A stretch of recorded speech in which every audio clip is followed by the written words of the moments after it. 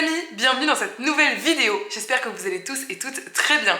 Il y a quelques temps, j'ai ouvert une foire aux questions sur Instagram en story et je vous ai laissé me poser toutes vos questions sur la cuisine végane. Alors vous le savez déjà peut-être si vous me suivez depuis un certain temps, moi c'est Andrea, je suis spécialiste de la cuisine végétale, j'ai notamment été chef végane dans 2 restaurants à Paris et aujourd'hui mon métier c'est créatrice de contenu sur les réseaux sociaux et notamment sur le sujet du véganisme et de l'alimentation végétale. Au quotidien, et ce depuis mes 12 ans, ma passion c'est vraiment de cuisiner, de créer des recettes et avec le temps, cette passion a accompagné ma transition vers le végétarisme puis le véganisme et de ce fait, avec toute cette expérience, aujourd'hui j'ai accumulé un certain nombre de connaissances sur la cuisine végétale. Je sais que parmi les personnes qui me suivent et aussi les personnes qui ne me suivent pas, il y a beaucoup de personnes qui cherchent à végétaliser leur alimentation aujourd'hui, que ce soit pour des raisons morales, éthiques, des raisons écologiques ou des raisons de santé. Et donc je souhaitais aujourd'hui vous laisser la parole sur vos questions, quels sont vos questionnements auxquels vous n'avez pas de réponse et qui peuvent parfois vous bloquer un petit peu vers votre transition vers le végétarisme ou le véganisme. Donc aujourd'hui on va parler de tout ça, je vais répondre à toutes vos questions, c'est parti!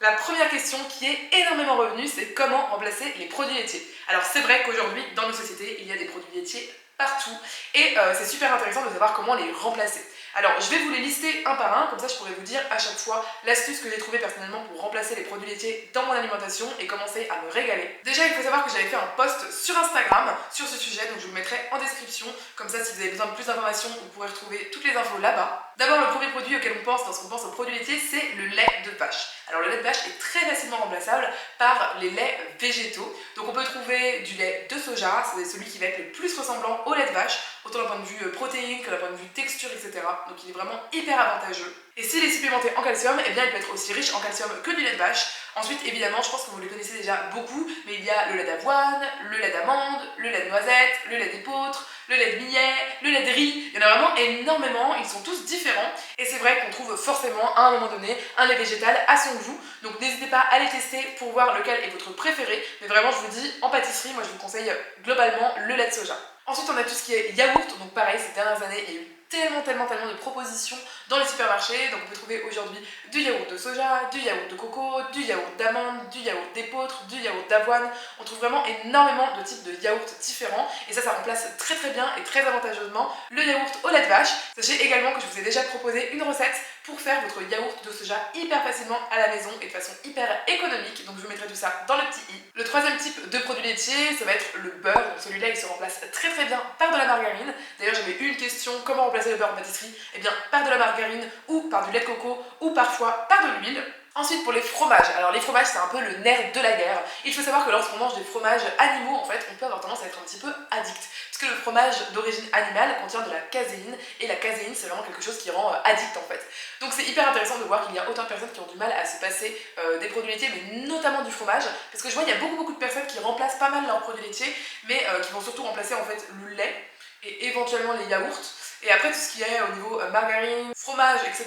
c'est vrai que souvent ça bloque un petit peu à ce niveau-là. Alors il y a énormément de fromages vegan qui existent aujourd'hui. Donc il y a les fromages plutôt de type industriel. On peut trouver des très bonnes choses parmi ces fromages-là, mais ils ne sont pas tous délicieux et ils ne sont pas tous non plus super intéressants d'un point de vue utilisation. Mais c'est vrai que de plus en plus maintenant dans les supermarchés, il y a des options en fait qui sont assez satisfaisantes. On compte notamment le râpé végétal. Donc celui-là, si vous avez du mal à le faire fondre au four, vous prenez juste un petit pchit d'eau et vous mettez quelques pchits d'eau dessus et ensuite vous l'enfournez.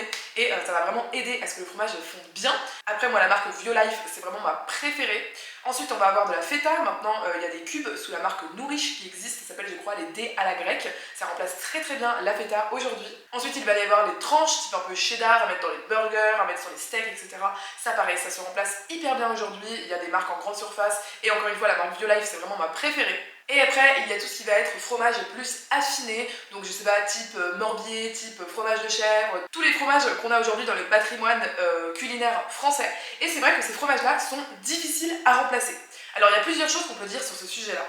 Je pourrais dire dans un premier temps, si on souhaite vraiment devenir vegan, si on sait pourquoi on souhaite devenir vegan, donc pour des raisons a priori ou environnementales ou éthiques ou de santé, mais c'est vrai que les raisons en général environnementales et éthiques sont celles qui vont nous pousser le plus à devenir vegan, et bien c'est vrai qu'on se rend bien compte qu'il y a des choses qu'il faut changer dans son alimentation, et il y a des choses qu'on ne peut pas aujourd'hui retrouver, on va dire, facilement dans l'alimentation végane. Et ça va être le cas notamment de certains fromages, type, je sais pas, du morbier ou des choses comme ça. Ça va être difficile de le retrouver aujourd'hui en vegan. Néanmoins, difficile ne veut pas dire impossible. Il existe aujourd'hui des fromages affinés qui sont absolument excellents sur le marché.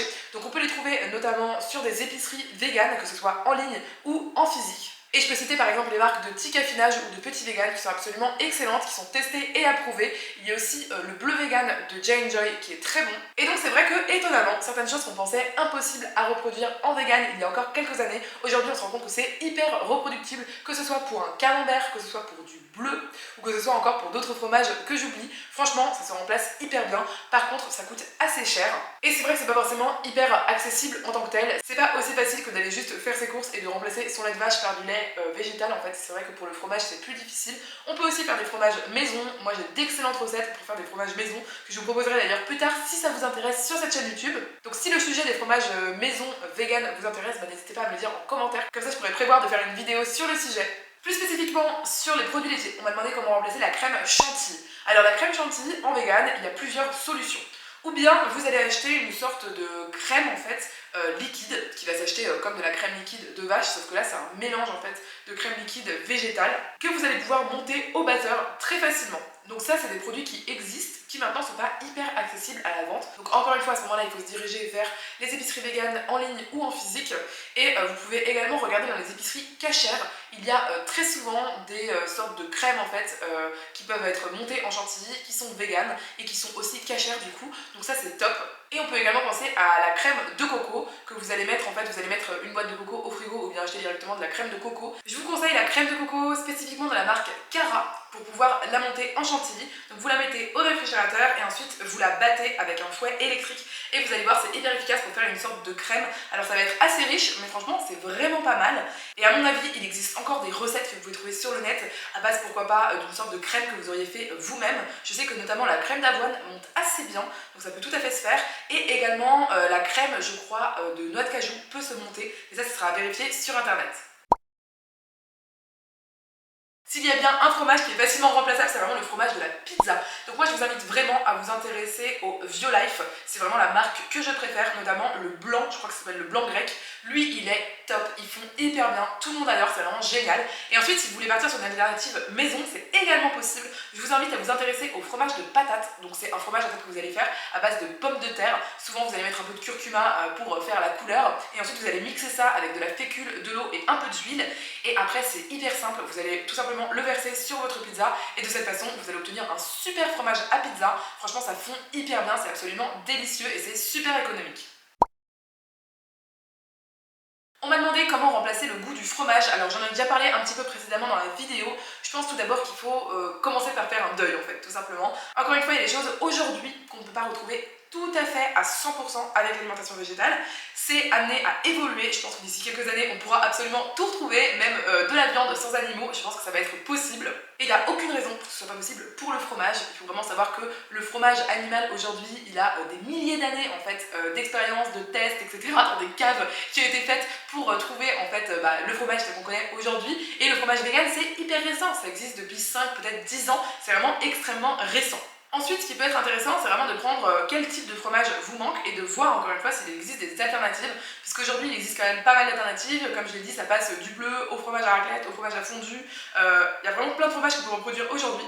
Et après, il y a aussi des petites astuces, pour le coup, toutes simples, qui sont vraiment très sympas, notamment la levure maltée. Si vous ne connaissez pas la levure maltée, mais que faites-vous de votre vie? Non, je plaisante, mais c'est une levure en fait qui est hyper riche en plein de vitamines, notamment en vitamines du groupe B, vitamines du groupe K. C'est extrêmement protéiné, ça peut atteindre jusqu'à 50 grammes de protéines au 100 grammes, et ça a réellement un goût fromager. Donc c'est hyper intéressant à mettre par exemple sur vos pâtes, etc. Ensuite, vous pouvez reproduire certains types de fromages, type parmesan, ou même certains fromages en fait un peu affinés, avec des noix de cajou ou des graines de tournesol. Mais c'est vrai que les noix de cajou ont vraiment un petit goût fromager en fond qui est quand même réellement présent. Et donc moi je te pousserais à t'intéresser à toutes ces alternatives là qui sont quand même parfois assez bluffantes, même si il faut quand même savoir que lorsqu'on veut réellement devenir végétalien, forcément on va un petit peu changer ses habitudes alimentaires et c'est bien normal. Pour faire un bon flan pâtissier vegan, pour le coup c'est extrêmement facile. En fait, les œufs dans le flan pâtissier, ça va très bien se remplacer par de la fécule notamment de maïs, que vous allez faire cuire en fait avec du lait végétal, un peu de margarine, un peu de sucre et pourquoi pas un peu de vanille sur le feu comme ça. Et en fait, en faisant chauffer tout ça, la fécule en fait va venir faire épaissir la crème ou le lait végétal. Et de cette façon, vous allez avoir un super flan type flan parisien. Pareil pour la pâte brisée, vraiment c'est hyper simple à véganiser. Vous reprenez les mêmes ingrédients et s'il y a un œuf à l'intérieur, et bien vous n'hésitez pas à le remplacer par de l'eau glacée. Donc en général, moi je compte une belle cuillère à soupe, voire 2 cuillères à soupe d'eau glacée pour remplacer un œuf dans une pâte à tarte. J'ai moi-même déjà réalisé des flans type parisien. Alors personnellement, je trouve pas forcément que la pâte dans le flan parisien soit hyper intéressante d'un point de vue gustatif. Donc je ne l'avais pas mise dans ma recette. Mais je vous mettrai encore une fois en description ma recette du flan parisien sans pâte, du coup, vegan. Vous allez voir, c'est extrêmement facile à faire. C'est bluffant, c'est juste absolument délicieux. Alors c'est vrai que lorsqu'on devient végétarien et ou vegan, il y a des produits qu'on peut se dire, eh bien je vais les perdre à tout jamais. Donc le thon ou bien le surimi peuvent faire partie de cette catégorie. Alors c'est hyper intéressant parce que moi le surimi, je crois que j'en ai à peine mangé dans ma vie, même avant d'être végétarienne, parce que ça m'a jamais vraiment attirée. Donc je ne connais pas spécifiquement le goût du surimi, mais j'imagine que c'est un goût pas hyper fort, avec un goût un peu de marée derrière.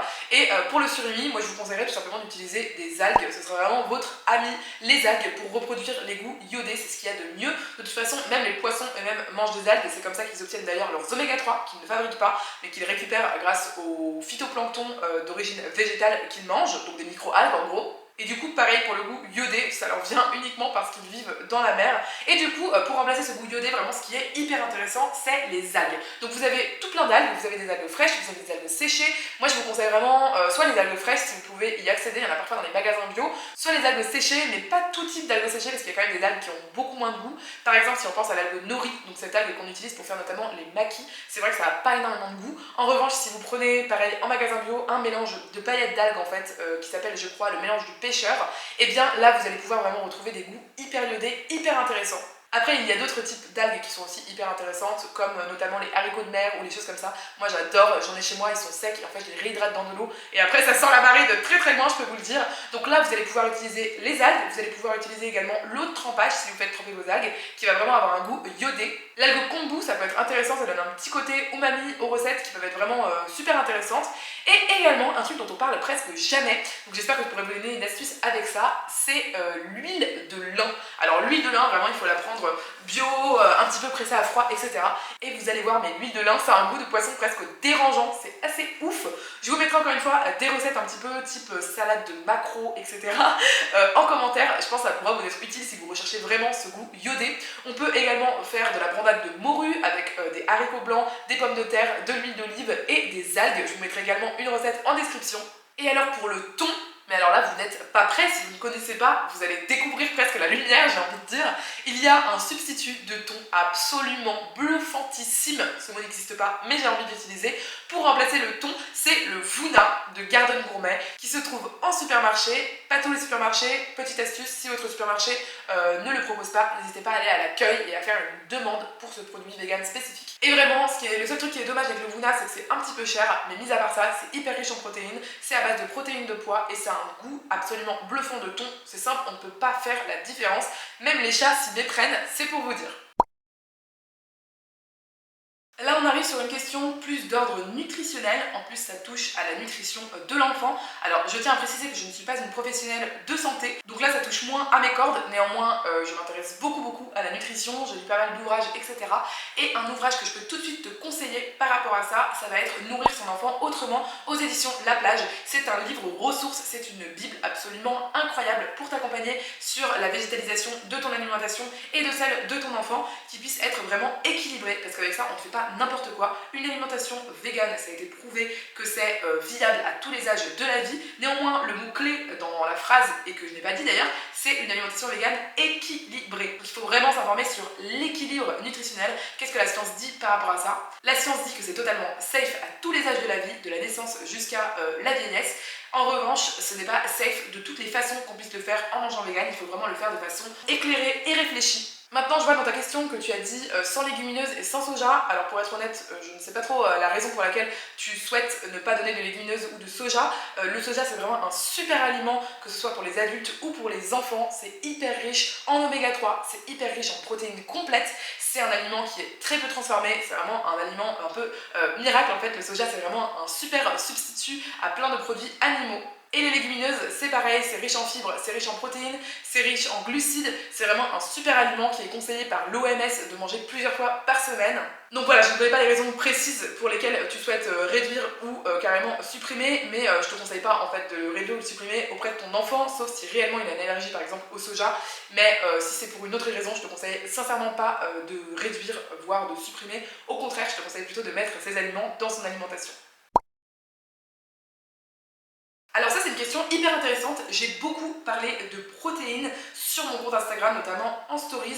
On en a parlé régulièrement, comment avoir des protéines végétales, comment être sûr qu'on a assez de protéines. Donc ça je l'ai déjà dit dans plusieurs autres vidéos, mais pour calculer le taux, le nombre de grammes en fait de protéines que tu dois consommer par jour, il te suffit de prendre ton poids de forme. Une fois que tu as ton poids de forme, tu vas venir multiplier ce poids par 0,8 et là tu vas obtenir un chiffre. Ensuite tu vas reprendre ton poids et tu vas venir multiplier par 1,6 et là tu vas avoir un chiffre. Imaginons que ton poids de forme ce soit 60 kg, et bien dans ces cas-là tu vas devoir consommer entre 48 et 96 grammes de protéines par jour.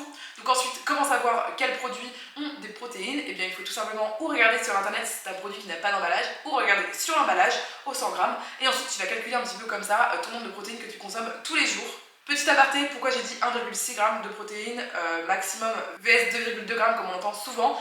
Parce que l'information de 2,2 g est un petit peu erronée. En réalité, il y a eu des études scientifiques, notamment une méta-étude qui a été faite récemment, en fait, qui est venue un petit peu corriger cette information-là et dire que au-delà de 1,6 g de protéines, eh bien, c'est plus vraiment intéressant d'en manger plus. Et ensuite, sans compter, je trouve ça assez compliqué en fait, je vais t'expliquer pourquoi. Je pense qu'il faut toujours dans un premier temps, quand on change ses habitudes, quand on prend notamment des habitudes qui sont meilleures pour notre santé, dans un premier temps, forcément, tu vas venir changer tes habitudes et donc tu vas devoir un petit peu y faire attention.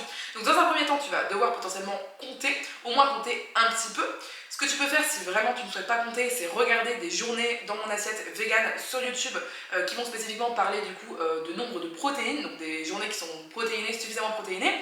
Tu tapes une journée dans mon assiette vegan protéines et tu vas trouver plusieurs alternatives sur YouTube à regarder. Donc ça va pouvoir te donner des astuces, en fait, des idées de recettes ou un petit peu une idée générale de ce à quoi devrait ressembler une journée parmi tant d'autres sur une alimentation vegan protéinée. Mais sinon, pour moi, le plus simple, c'est que tu t'informes dans un premier temps. Donc oui, dans un premier temps, il faudra que tu comptes, mais en fait, ça va pas durer longtemps, puisqu'ensuite, tu sauras à peu près combien tu auras besoin de protéines, et tu vas tout simplement intégrer ça, en fait, un petit peu dans tes connaissances, et tu n'auras plus besoin de compter. Juste en regardant globalement, tu sauras, en fait, quels sont les aliments riches en protéines, quels sont les aliments moins riches en protéines, etc.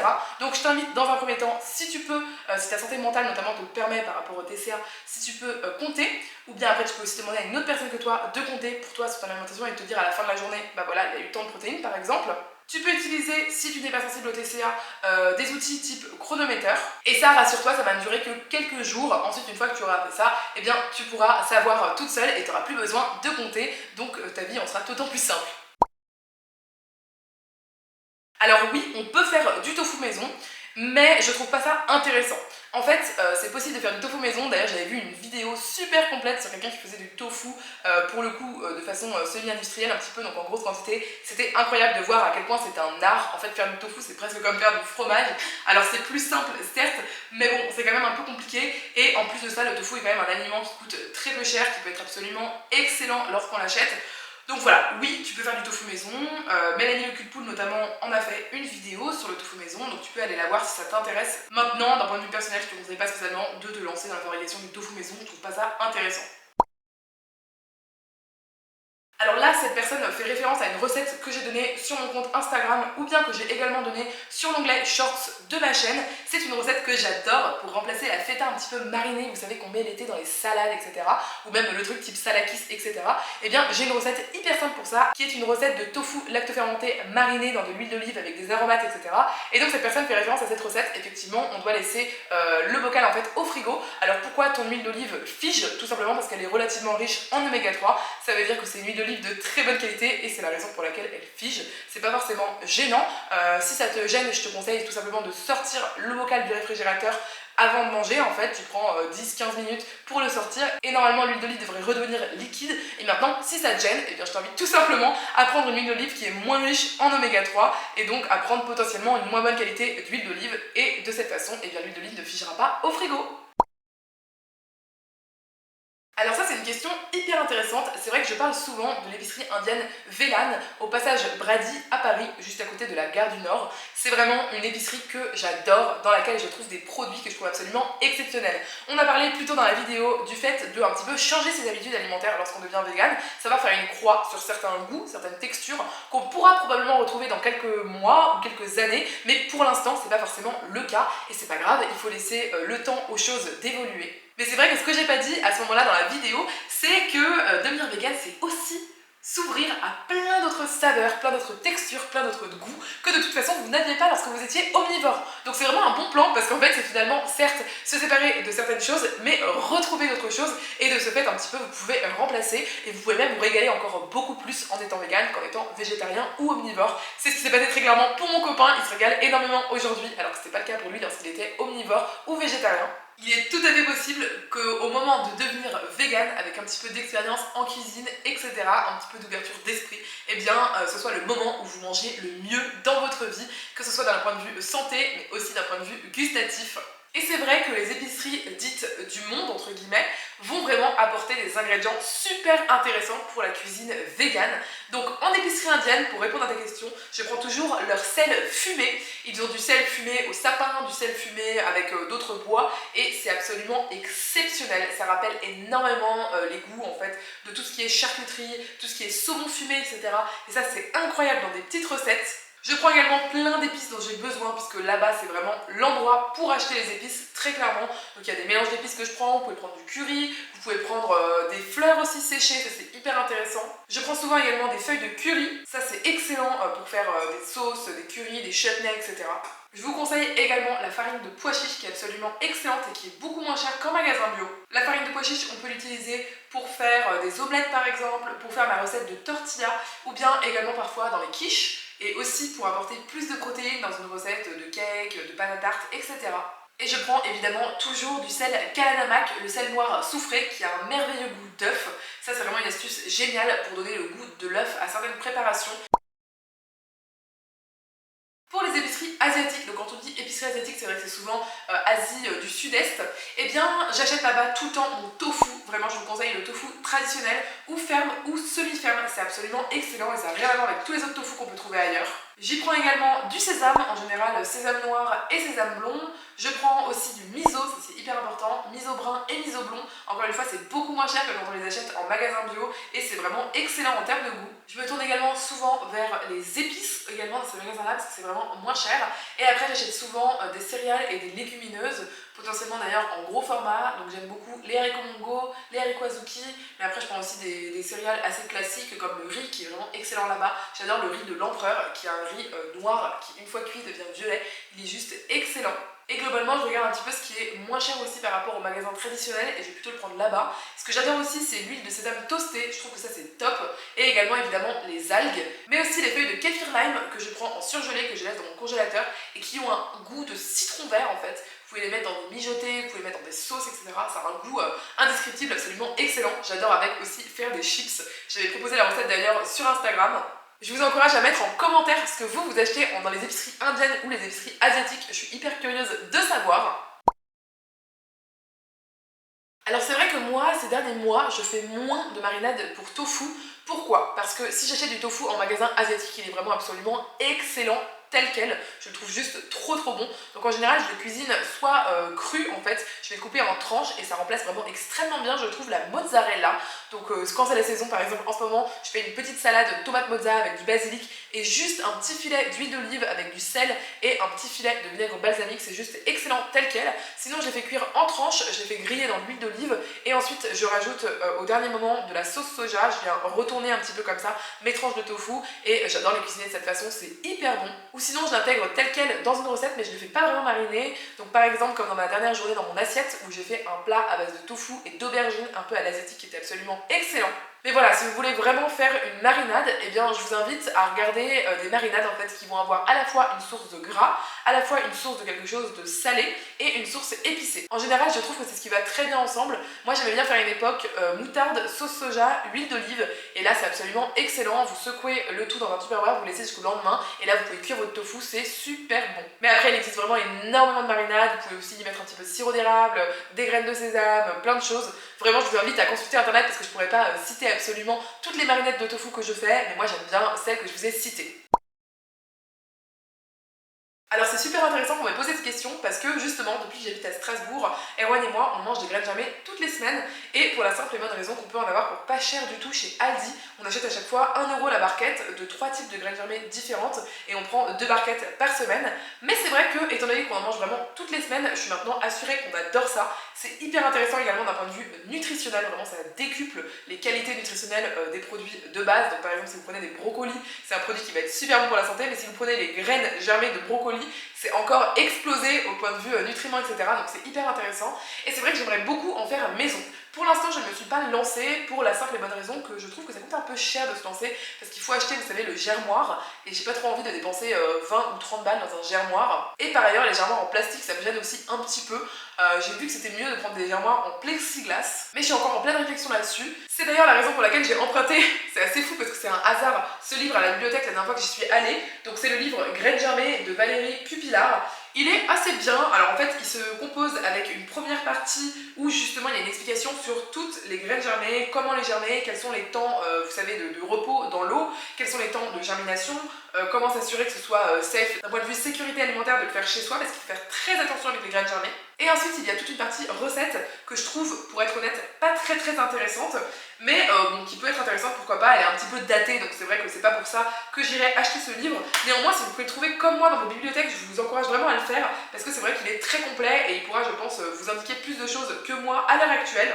En revanche, ce qui est sûr, c'est que dans les prochains mois, je vais me lancer moi-même dans la réalisation de graines germées maison parce que j'ai vraiment très envie de faire ça. C'est beaucoup plus économique et c'est beaucoup plus chouette. On peut aussi expérimenter plein de graines germées qu'on ne trouverait pas dans le commerce. Du coup, j'ai envie de dire, reste connecté parce qu'une vidéo devrait bientôt arriver sur ma chaîne YouTube.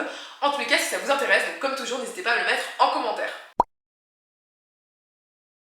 Alors remplacer les œufs en pâtisserie, c'est vraiment une question que j'ai eue énormément dans cette foire aux questions. Du coup, je suis très heureuse de vous y répondre. C'est vrai que c'est une question qui est assez complexe. C'est pas compliqué, mais c'est vrai qu'on n'a pas forcément la bonne information au bon moment. Donc je vais vous expliquer comment je fais. Alors il existe plein de remplacements aux œufs dans la cuisine végane. Le plus connu, je dirais, c'est l'œuf de lin ou de chia. Pour ça, vous devez mixer des graines de lin ou des graines de chia et les mélanger à de l'eau tiède en laissant reposer quelques temps et vous allez voir, vous allez avoir en fait une texture un petit peu gélatineuse qui va s'en dégager et ça va aider à remplacer un œuf dans une recette. Pour les proportions, c'est 1 cuillère à soupe de graines de lin ou de graines de chia mixées avec 3 cuillères à soupe d'eau tiède pour un œuf. Ensuite, vous pouvez remplacer les œufs par du yaourt. Donc moi, j'utilise en général une bonne cuillère à soupe bombée de yaourt végétal de soja pour remplacer un œuf. Vous pouvez également le faire avec de la banane, donc c'est une demi-banane écrasée pour remplacer un œuf, ou bien de la compote, donc pareil, une cuillère à soupe bombée. Et alors moi, ce que j'adore faire, parce que souvent dans les recettes non véganes, il y a plusieurs œufs.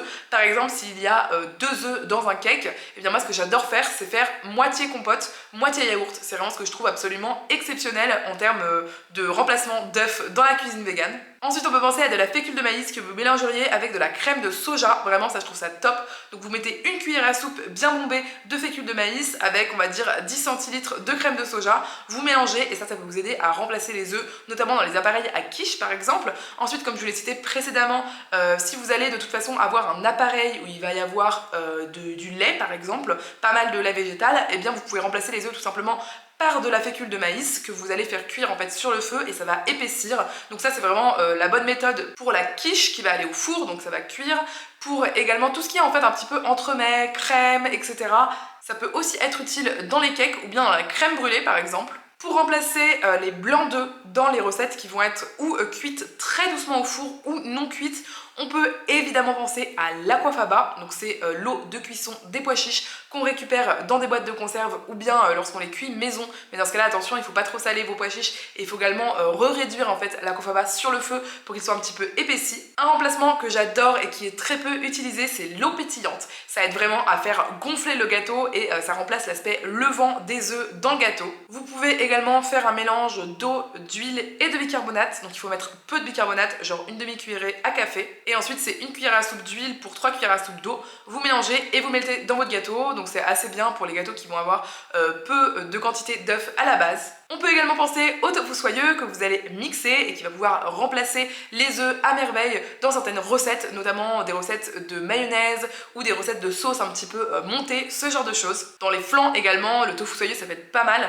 Par contre, il faut savoir vraiment que ça a un côté très, je sais pas comment dire, très soyeux toujours après cuisson, mais assez compact. Donc je trouve ça assez top, par exemple pour un gâteau au chocolat, mais qui se voudrait vraiment très fondant, un peu compact, c'est hyper bon. Après, il y a aussi les purées de légumes globalement, donc ça va être patates douces écrasées, ça marche super bien dans le brownie également. Je vous conseille, soit si vous êtes vraiment calé en cuisine, que vous adorez cuisiner, que vous êtes un ou une petite chimiste, et bien de faire votre propre test. Et sinon, je vous conseille vraiment de vous diriger directement vers des recettes véganes. C'est vrai qu'aujourd'hui, il existe énormément de recettes véganes sur la toile, donc il faut surtout pas hésiter à tout simplement taper mousse au chocolat vegan, et vous allez voir, vous allez trouver directement le remplacement des œufs dans cette recette pour la version végane. Il y a aussi la farine de pois chiches qui fonctionne très bien comme je vous l'ai dit précédemment, ou bien la farine de lupin. Il existe aussi le sel Kalanamak dont je vous ai parlé avant, qu'on trouve en épicerie indienne, qui est absolument exceptionnel pour le goût de l'œuf. Également dans des recettes type biscuits, pâte à tarte, etc. Moi je vous conseille de remplacer, souvent il y a un œuf, je vous conseille de le remplacer par une cuillerée à soupe d'eau glacée, ça fonctionne assez bien. Et si vous voyez ensuite que votre pâte à tarte ou pâte à biscuit est trop friable, vous pouvez également rajouter un petit peu de graines de lin moulues directement dans la pâte. Et j'adore aussi utiliser du lait de soja que je vais épaissir à l'aide d'un petit peu de vinaigre de cidre ou un petit peu de jus de citron. Et ça aide vraiment aussi, je trouve, à remplacer hyper avantageusement les œufs dans une recette. Après, ce que je vous invite également à faire, si vous n'y connaissez pas trop, c'est justement vraiment à observer les recettes véganes pour pouvoir voir comment les œufs ont été remplacés. Parfois, on ne voit pas vraiment, on se dit, en fait, on n'a pas l'impression que ça a été remplacé, tout simplement parce qu'on a juste mis une lichette de jus de citron avec le lait de soja et peut-être un petit peu plus de lait de soja du coup, ce qui va remplacer hyper avantageusement les œufs. Mais globalement, vraiment, au bout d'un moment où vous allez pratiquer, etc., vous allez assez facilement voir pourquoi les recettes ne contiennent pas d'œufs. Et il y a vraiment des recettes, franchement, ce serait bête de les faire avec des œufs. Mais globalement, dans tous les cas, les œufs ne sont pas forcément utiles dans la pâtisserie. Si on a envie de s'en passer, c'est tout à fait possible en les remplaçant, comme je viens de vous l'expliquer. Là j'aime beaucoup cette question parce qu'on commence à arriver sur des questions de la cuisine végane vraiment créative. Alors il est possible de reproduire des œufs durs véganes, mais ça va pas être évident. J'ai vu que certaines personnes utilisaient des petites pommes de terre qu'elles vont cuire en fait avec la peau et ensuite elles vont couper la pomme de terre, creuser et à l'intérieur mettre un mélange qui ressemble vraiment à du jaune d'œuf vegan. Je pense que ça peut le faire avec un petit peu d'imagination. Parfois c'est vrai qu'en mettant un petit peu des marqueurs de goût spécifiques aux œufs, même si la texture ou le projet de base n'y ressemble pas énormément, et bien l'ensemble, en fait, l'harmonie dans la bouche peut ressembler. Moi je pense que ce que j'utiliserais ce serait surtout, alors j'ai vu qu'il était possible de faire une sorte de mélange en fait avec du tofu soyeux qui va être pris à l'agar-agar dans des petits moules et qu'ensuite on va creuser le cœur pour faire comme un œuf dur et qui soit coupé en deux. Souvent hein, les œufs durs véganes ils sont présentés un petit peu coupés en deux et ensuite on va mettre encore une fois à l'intérieur un mélange qui ressemble à du jaune d'œuf. Donc voilà en fait là ce qui va ressembler ça va être à la fois le tofu soyeux qui va être pris à l'agar-agar et évidemment toujours avec le sel Kalanamak parce que c'est ça qui bluffe tout le monde. Moi je pense que si j'aurais envie de le faire, je le ferais beaucoup plus simplement, je chercherais pas à ce que visuellement ça ressemble vraiment, on va dire, à un œuf dur. Je pense que j'utiliserais tout simplement du tofu soyeux avec du sel Kalanamak et au-dessus tout simplement couler une sauce façon jaune d'œuf. Ça peut être très sympa pour un petit brunch par exemple. D'ailleurs j'en profite pour vous dire que les œufs brouillés se remplacent également très facilement. J'ai une recette déjà qui est dispo sur YouTube donc je vous mettrai tout ça dans le petit i. Et pour le simili jaune d'œuf, oui c'est possible. Il y a une recette qui a été créée par mon amie Camille du blog Where Do You Get Your Proteins. C'est absolument bluffant et je vous mettrai tout ça en barre d'infos as always. Pour les meringues, c'est assez facile également. Je vous invite à rechercher sur internet une recette de meringue vegan, mais globalement ça se fait avec de l'aquafaba que vous allez monter avec du sucre. Vous mettez souvent quelque chose un petit peu pour stabiliser l'aquafaba parce que ça se stabilise un petit peu moins bien que les blancs d'œufs. Et ensuite vous mettez ça au four comme des meringues classiques. Vous pouvez faire de la pavlova, des meringues, etc. C'est hyper bluffant. Alors je trouve ça assez intéressant que vous me parliez du goût fumé qui vous manque.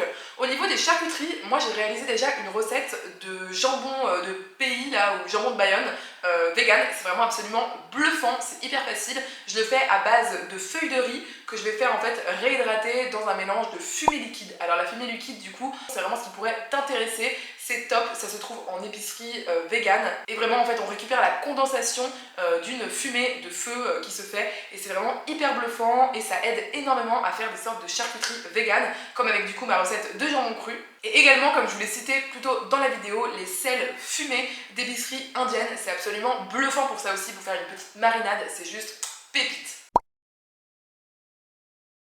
Alors effectivement, c'est possible de faire du seitan effiloché. Donc ça, le seitan, c'est également une recette que je vous proposerai sur ma chaîne YouTube. Je te conseille déjà de partir sur une recette qui est à base de farine lavée et pas une recette qui est à base de gluten pur, parce que de cette façon, ça va être beaucoup plus facile en fait de créer ce côté effiloché. Et ensuite, une fois que tu as ton pâton de seitan qui est réalisé, je te conseille vraiment de venir en fait un petit peu le malaxer et l'étirer comme ça pour en faire un petit peu des sortes de longs fils que ensuite tu vas rassembler, un peu comme si tu avais une pelote de laine et que tu venais en fait la rassembler à plusieurs reprises. Ensuite tu fais des nœuds et tu le cuis de cette façon. Et après pour l'effilocher ça va être beaucoup plus simple et tu vas obtenir cette texture effilochée qu'on trouve traditionnellement dans la viande et qui est absolument bluffante. Mais comme dit, je vous ferai une vidéo sur ce sujet, donc encore une fois, patience. Dites-moi en commentaire si ça vous intéresse et puis je ferai en priorité celle qui aura eu le plus de demandes.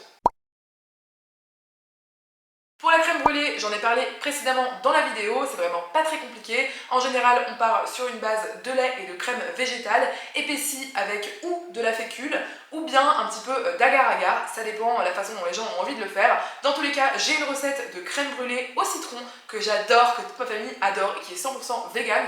Donc je t'invite à aller voir ça en description, je te le mettrai parce que je l'ai déjà partagé sur Instagram et en short sur YouTube.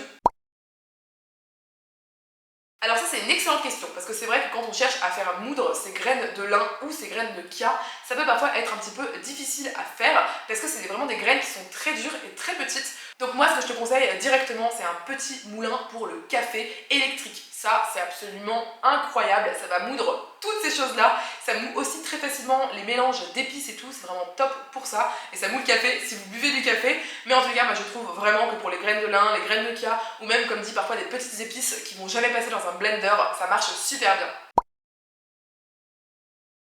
Pour retrouver le moelleux dans un gâteau, le plus important c'est de savoir bien remplacer les œufs tout simplement, c'est de ne pas avoir trop d'humidité par rapport à tes ingrédients secs dans la recette, donc ça se voit à la pâte avant qu'elle aille au four. Donc, si tu as un problème d'humidité dans tes gâteaux, tu peux enlever un petit peu des ingrédients humides dans le gâteau et tu vas voir normalement ça devrait se rétablir. Tu peux également mettre un petit peu plus de levure ou bien un petit peu plus de bicarbonate. Encore une fois, attention au goût du bicarbonate, faut pas en mettre trop. Et tu peux également remplacer une partie de ton lait végétal de cette recette par de l'eau pétillante. Normalement avec ça, tu ne devrais plus avoir de problème. Alors ça dépend des légumineuses. Si tu pars sur des lentilles, typiquement, ça peut se tremper seulement une demi-journée, 4 heures, etc. Pareil pour les haricots mongo décortiqués, si tu en as déjà eu en ta possession, c'est absolument délicieux. Et ensuite pour toutes mes autres légumineuses, donc que ce soit haricots ou pois chiches, alors les haricots, je les fais tremper 24 heures en général, je change l'eau au bout de 12 heures et je remets de l'eau fraîche par-dessus. Et ensuite pour les pois chiches, ça peut aller jusqu'à 48 heures, pareil en changeant l'eau toutes les 12 heures, donc en gros 2 fois par jour, le matin et le soir. Et ensuite en général, personnellement, je commence à les faire germer avant de les faire cuire, mais ça c'est encore une autre histoire. Alors j'ai adoré cette question parce que je trouve qu'elle témoigne très bien de ce que c'est que devenir vegan. On commence à se poser des questions un petit peu sur tout ce qu'on mange et on se dit mais est-ce que ça c'est vegan, est-ce que ça c'est pas vegan, mais enfin les biscuits que j'achète d'habitude en supermarché ils ne sont pas vegan, comment faire, etc. Et bien là-dessus t'es vraiment bien tombé, il existe énormément de biscuits vegan en supermarché. Je vais pas tous te les citer mais je sais que les Oreos sont vegan, certains biscuits de petit déjeuner dont j'oublie le nom, je crois que c'est les Belvita, sont vegan, les Speculoos Lotus le sont également. Dans tous les cas je vais pas tous te les lister parce qu'il en existe énormément, les Figolus aussi sont vegan, c'est juste trop bon ça. Je te laisserai encore une fois te rendre sur le compte Instagram accidentellement vegan ou sur le site internet accidentellement vegan. Le site internet est pas mal parce que c'est classé vraiment par catégorie et là tu vas avoir absolument tous les biscuits vegan que tu peux trouver dans les supermarchés et c'est trop bien parce que c'est des biscuits qui sont accidentellement vegan, c'est-à-dire qu'ils ne sont pas marketés comme vegan, mais il s'avère que les industriels les ont rendus vegan un petit peu par accident ou par volonté de baisser le coût de production, je pense. Pour faire une bonne pâte à tarte vegan, il te suffit de mélanger de la farine avec de la margarine et de l'eau. et un petit peu de sel ou du sucre si c'est sucré. C'est hyper simple. Je te laisserai encore une fois en description la vidéo dans laquelle j'ai proposé la recette de ma pâte à tarte vegan inratable et super économique et super bonne. Alors cette question-là, je l'ai pas trop comprise. On m'a dit une coque en chocolat. Alors la coque en chocolat, en général, c'est vegan. Enfin, le chocolat, c'est vegan. Si tu surveilles les ingrédients, il y a certains chocolats noirs qui ne sont pas vegan, qui contiennent un petit peu des protéines de lait ou bien du lait en poudre, etc. Même du bas beurre. Donc faites très attention aux ingrédients. Mais sinon, il vous suffit de lire les ingrédients et le chocolat noir, c'est vegan. Donc personnellement, pour faire une coque en chocolat, j'utilise juste du chocolat que je viens faire fondre. Et si tu utilises, je sais pas, peut-être du beurre en plus, eh bien tu peux remplacer le beurre par un petit peu d'huile de coco. J'ai adoré cette question, c'est vrai que les noix de cajou, c'est pas forcément l'ingrédient le plus éthique qui existe. Maintenant, néanmoins, je tiens quand même à dire que les véganes ont une consommation qui est généralement beaucoup plus éthique qu'absolument tout le reste de la population. Donc, il faut faire attention un petit peu à pas trop taper sur les véganes pour certaines choses où on dit « Eh, les avocats, eh, les noix de cajou !» Vous savez quoi? Le marché des avocats et le marché des noix de cajou n'a pas été créé et ne continue pas à prospérer grâce aux véganes. Juste spoiler alerte, on est 0,5% de cette population. Donc, très clairement, c'est pas nous qui générons tout le marché de ces produits-là. Mais en ayant dit tout ça, pour répondre à cette question, j'adore remplacer les noix de cajou personnellement parce que je trouve également que c'est pas le produit le plus éthique et c'est également un produit exotique mais également qui coûte cher. Du coup, je remplace très souvent dans mes recettes les 3/4 du poids de noix de cajou en graines de tournesol et je garde 1/4 du poids en noix de cajou parce que je trouve qu'il y a beaucoup de recettes en fait qui souffrent quand même de remplacer uniquement les noix de cajou par des graines de tournesol, notamment dans ma recette de cheesecake vegan, je l'ai fait à base de graines de tournesol et j'avais déjà essayé une fois de faire 100% graines de tournesol et franchement la texture n'était pas la même, ça se tenait moins bien qu'avec un petit peu de noix de cajou. Donc t'as juste à retenir les 3/4 du poids de ta recette graines de tournesol, le quart restant tu gardes les noix de cajou et ensuite tu fais comme d'habitude. Et on termine sur une question qui est beaucoup plus presque philosophique on va dire. Selon moi, quel sera l'avenir de la cuisine végane? Alors je trouve ça hyper intéressant parce qu'il faut savoir que la cuisine végane existe depuis des centaines d'années dans certaines cultures. Alors je ne connais pas toutes les cultures, mais je sais qu'il existe plusieurs cultures qui de base étaient très respectueuses des animaux et qui donc ont cherché à faire une cuisine végane. Mais malheureusement, cette cuisine ne nous est pas toujours accessible en tant que nous, Européens, sur les réseaux sociaux par exemple. Même si aujourd'hui ça a beaucoup évolué et qu'il existe de nombreuses créatrices et créateurs de contenu qui proposent ce type de recettes un petit peu presque ancestrales et qui sont absolument délicieuses et qui sont un petit peu naturellement véganes. Il existe aussi des recettes qui étaient véganes en fait dans l'absolu, c'était pas forcément voulu mais il s'avère que certaines recettes traditionnelles étaient véganes. Mais mis à part ça, c'est vrai que quand je suis devenue végane il y a de ça 7 ans, quand je regardais un petit peu les recettes qui étaient proposées, c'était toujours la même chose, je m'ennuyais. C'était vraiment soit des imitations, soit des choses type Buddha Bowl, c'était un peu toujours la même chose et franchement on s'ennuyait avec les houmous et les Buddha Bowl.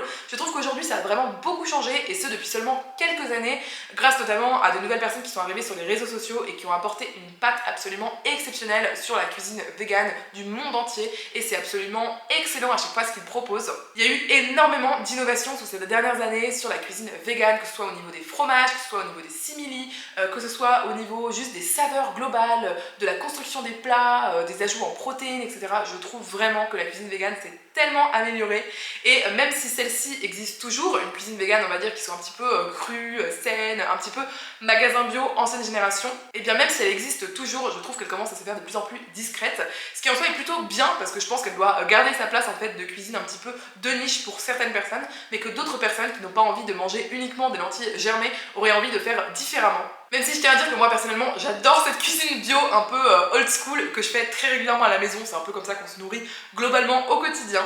Mais vraiment ces dernières années il y a eu tellement d'innovations, que ce soit avec l'utilisation de psyllium, l'utilisation d'agar-agar, l'utilisation de certaines nouvelles épices, également la découverte de certaines grandes chefs ou grands chefs de la cuisine végétale qui sont venus amener de nouvelles techniques, etc. Moi je trouve que la cuisine végétale a encore tellement de choses à découvrir, à inventer et à offrir au monde. Actuellement, je trouve qu'on est déjà dans une disposition super chouette pour les véganes. Maintenant, il existe absolument presque des simili pour tout. Même les simili des animaux de la mer commencent à arriver en masse sur les marchés. C'est vraiment hyper cool. Le fromage, il y a encore plein de choses à mon avis qui vont évoluer. Je Je suis vraiment hyper positive par rapport à l'avenir du véganisme. Moi, j'en apprends encore tous les jours. Par exemple, pour vous dire, récemment, j'ai appris qu'on pouvait faire un œuf avec de l'avoine, par exemple, avec une sorte de crème d'avoine qu'on fabrique maison. Enfin, vraiment, on peut faire mais tellement de choses. Sur le jaune d'œuf aussi, j'ai oublié de le dire, mais certaines personnes vont vraiment utiliser des trucs de cuisine moléculaire pour recréer, vous savez, cette espèce d'enveloppe du jaune d'œuf et au milieu faire un jaune d'œuf coulant grâce à un mélange notamment de tomates jaunes qui est bien mûr et qui va être mixé avec du sel Kalanamak et tout. Franchement, on fait des choses exceptionnelles aujourd'hui et comme dit, je pense vraiment que la cuisine végane a de beaux jours devant elle. D'un point de vue environnemental également, c'est absolument évident que les personnes vont de plus en plus s'intéresser à comment se nourrir végétal à l'avenir. Je rappelle que si vous deviez faire une seule chose d'un point de vue individuel pour l'environnement, c'est vraiment manger vegan qui est le plus efficace puisque vous pouvez réduire de jusqu'à 75% votre empreinte environnementale liée à votre alimentation en devenant vegan. C'est juste énormissime. J'ai super hâte qu'encore de nouveaux talents viennent encore inventer de nouvelles choses et qu'on soit toujours plus époustouflé par rapport à l'inventivité de la cuisine végane. Preuve en est, j'ai même réussi à faire un rôti vegan, j'ai réussi à faire du jambon cru vegan, enfin c'est juste incroyable. Aujourd'hui, on a même du saumon vegan, du saumon fumé, on a des lardons, on a du bacon, enfin c'est juste fou quand on pense à tout ça. Il y a ne serait-ce que 5 ans, mais jamais on aurait pu imaginer créer tout ça. Et c'est vraiment grâce à toutes ces têtes qui se chauffent là et qui trouvent des nouvelles alternatives qu'on peut avoir maintenant tout ça sur le marché accessible. Je suis trop contente de ça. Ça me rend heureuse de vous parler de ça en fin de vidéo. Et voilà, on arrive déjà à la fin de cette vidéo. Ça m'a fait super plaisir de la faire, de répondre à vos questions. Si vous avez encore des questions sur la cuisine végane, des questions techniques, eh bien n'hésitez pas à les mettre en commentaire. J'y répondrai avec grand plaisir. J'attends comme d'habitude vos pouces en l'air nombreux. Ça vous prend 0,5 secondes. Et pour moi, c'est des heures et des heures de création derrière une vidéo avant qu'elle soit sortie. Abonne-toi si ce n'est pas encore fait pour suivre mes prochaines aventures. Et comme d'habitude, on se retrouve très très vite, mercredi prochain ou samedi prochain à 17h30. D'ici là, j'ai super hâte de vous retrouver dans une prochaine vidéo. Je vous souhaite de prendre soin de vous et je vous dis à bientôt!